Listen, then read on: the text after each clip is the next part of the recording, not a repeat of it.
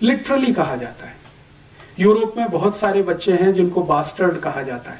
Bastard कौन है? Bastard वो हैं जिनके माता पिता नहीं है, और जिनके माता पिता हैं वो नहीं है बास्टर्ड। माने जिनके परिवार हमारे जैसे हैं, अगर हम कल्पना करें, उनके यहां पैदा हुए बच्चों को बास्टर्ड नहीं कहा जाएगा कभी भी। बास्टर्ड वही है जिनके माँ बाप का पता नहीं है, और जो बास्टर्ड हैं वो नागरिक नहीं है और हो नहीं सकते। सिटीजनशिप उनको नहीं मिलेगी। सिटीजनशिप किसको मिलेगी? जिनके माता पिता हैं और उनकी अपनी फैमिली है, वो बच्चे ही सिटीजन होंगे। जिनके माता पिता का पता नहीं है, ऑर्फेनेज में बड़े हैं, कॉन्वेंट में पढ़े हैं, उनको नागरिकता नहीं है। और आपको सुनकर आश्चर्य होगा, 1935 तक इंग्लैंड में और यूरोप में कॉन्वेंट पढ़े हुए किसी भी बच्चे को नागरिकता नहीं मिली। कई लोगों को तो संघर्ष करना पड़ा नागरिकता के लिए। मैं आपको एक नाम बताता हूं। रोम में एक राजा हुआ क्लॉडियस, बड़ा राजा है, बहुत बार उसकी चर्चा है यूरोपियन हिस्ट्री में। क्लॉडियस बास्टर्ड है, और उसको राजा होने के रास्ते में सबसे बड़ी रुकावट यही है, उसको बास्टर्ड होना।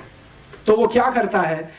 उसको राजा होना है, वो जानता है कि मेरे अंदर कुछ काबिलियत है, मैं मारपीट कर सकता हूं, गुंडागर्दी कर सकता हूं, किसी को जीत सकता हूं, किसी को हरा सकता हूं। तो इस तरह की काबिलियत उसको लगती है अपने में, तो राजा होने की मन में कल्पना है। तो अब उसको रास्ता कैसे क्लियर करे? तो क्लॉडियस ने क्या किया है, अपने आप को किसी फैमिली में दत्तक करवाया। दत्तक लेने की परंपरा वहां पुरानी है, तो दत्तक करवाया, उस परिवार का नाम उसको मिला, तब उसको सिटीजनशिप मिली रोम की, और तब वो राजा बना।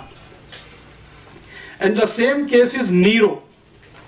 नीरो के बारे में हम सब कहते हैं ना, और एक हमारे यहां मुहावरा इस्तेमाल होता है कि रोम जल रहा था और नीरो बांसुरी बजा रहा था।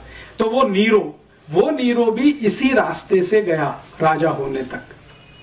माने राजा होने के लिए नागरिक होना है, नागरिक होने के लिए माता पिता होना है। अगर आपके माता पिता नहीं है तो राजा होने की स्थिति नहीं है, तो आपको कहीं दत्तक होना पड़ेगा, किसी बड़े परिवार का दत्तक होना पड़ेगा, फिर आप उस रास्ते पर जा सकेंगे।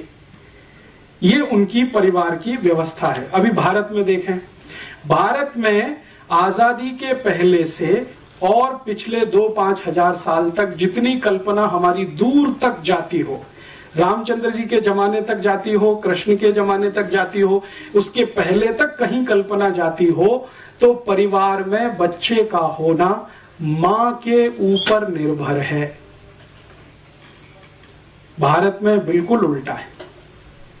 मां चाहेगी तो बच्चा होगा, नहीं तो नहीं होगा। ये हमारे यहां की व्यवस्था है। और भारत में आज भी जिनको हम आदिवासी और वनवासी कहते हैं, आप वहां चले जाइए, पूरी सोसाइटी मैट्रियार्कियल है, मात्र सत्तात्मक है। नॉर्थ ईस्ट में आप जाएंगे, आसाम के ऊपर कहीं भी, नागालैंड, मिजोरम, मणिपुर, त्रिपुरा, सिक्किम, वहां आपको सब कुछ दिखाई देगा मां के इर्द गिर्द घूमता हुआ। और उनसे जब हम बात करते हैं तो वो कहते हैं हाँ, ये तो हजारों साल की परंपरा है हमारी। और नॉर्थ ईस्ट में आपको सुनकर आश्चर्य होगा, शादी होकर बेटी घर से नहीं जाती है, लड़का घर में आता है। ये भारत की उन सभी समाजों में है जिनको दुर्भाग्य से हम शेड्यूल्ड ट्राइब्स कहते हैं। शादी होकर बेटी नहीं विदा होती है, लड़के को घर में लाया जाता है दामाद बनाकर, और संपत्ति की मालिक लड़की होती है, लड़का नहीं होता है। यूरोप में स्त्री को संपत्ति का कोई अधिकार 1950 तक नहीं है, उसके बाद आया है, जिसको मॉडर्न यूरोप कहा जाता है, उसमें आया है। यहां तो पहले से है। और यहां अगर आप इसको समझना चाहें कि भारत की सारी व्यवस्थाएं मां के इर्द गिर्द घूमती हैं, घर के सारे बड़े फैसले माताएं करती हैं इस देश में, भले वो लंबा घूंघट निकाल के बैठी हो, इससे कोई फर्क नहीं पड़ता।